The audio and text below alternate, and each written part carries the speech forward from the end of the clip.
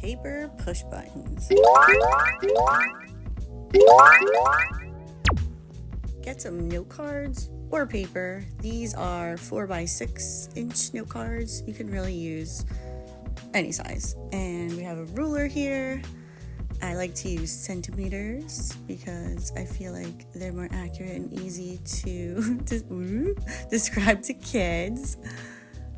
This doesn't have to be perfect. You just measure as best you can. We're basically going to make 2 little lines. So go to the 4 centimeter and the 2, and then slide it down. Go to the 4 centimeter mark and the 2 centimeter mark and do one more time. Artists, when they try to make a straight line, they need to make 3 marks, the edges and the middle. Then you can go through and connect them. Hold your ruler down really tight. Make sure that it's on the line, and yeah.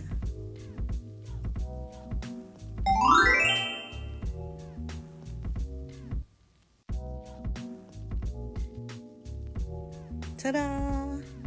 Get some scissors ready, thumbs up and fingers on the bottom. Put less fingers if your fingers don't fit. Just use less fingers.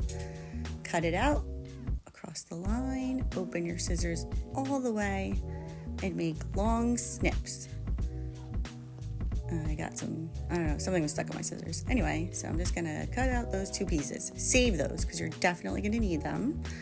Then the next step, you really don't have to measure. You could just fold it in half and then cut it, but I measured it and I actually switched to inches because the centimeters was I don't know. It was a weird measurement. So yeah, just measure it, make your marks. I only made 2 little marks here because it's a small piece. And then you just snip it in half. Boop. So you need these pieces. This is going to be your button. You can design it any way you want. You could make a standard circular button. You can make a cartoon button. Think about the purpose and the meaning behind your button. I once made a snow day button out of a snowflake picture, and when you push it, it's supposed to make us have a snow day for school. I guess the pizza button would just be to give me pizza. So now you can pause it if you want, or you can watch me draw the rest and color it, and you can design your button. I put my coloring into a time lapse. It actually took 4 or 5 minutes to color this because I added so many layers, because that really creates the depth and dimension that you want. So don't just add a color on and be done with it. Think about darks and lights and shadows and how to really give your button the drama that it needs.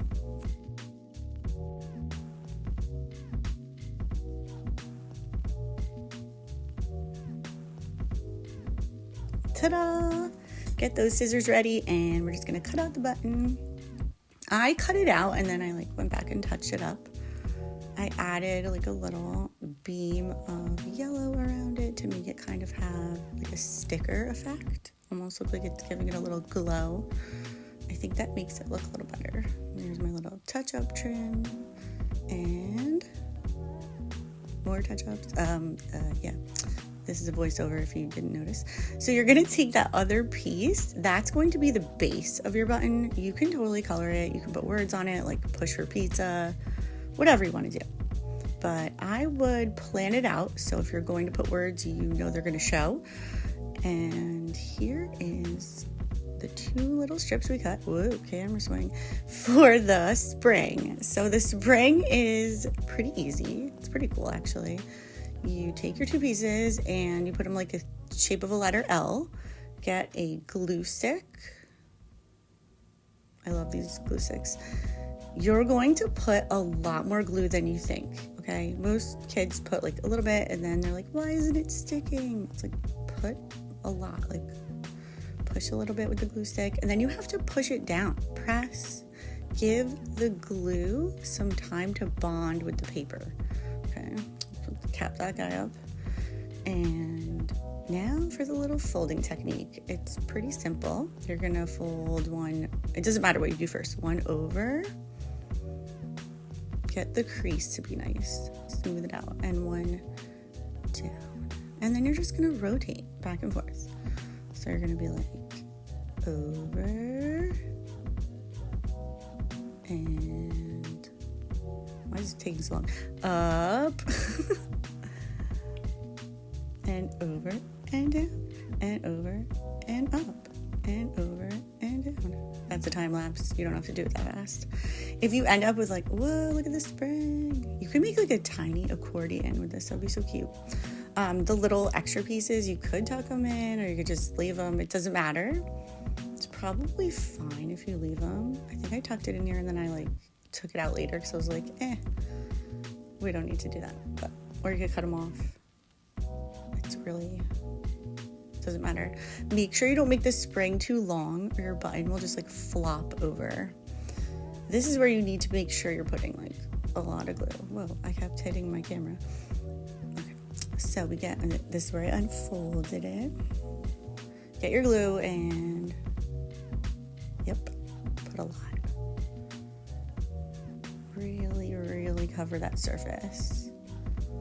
I usually say like go over something 3 times with a glue stick, but because the button is something you're going to use and push on, you want to like have a lot. So I'm going to put this in the center and press. It's important that you press. You got to form that bond. We're bonding. I'm like pressing it with the glue stick. You don't have to do that. I don't know what I was doing. Just make sure you're not like pressing it with the glue side. And now we're putting glue on the other part.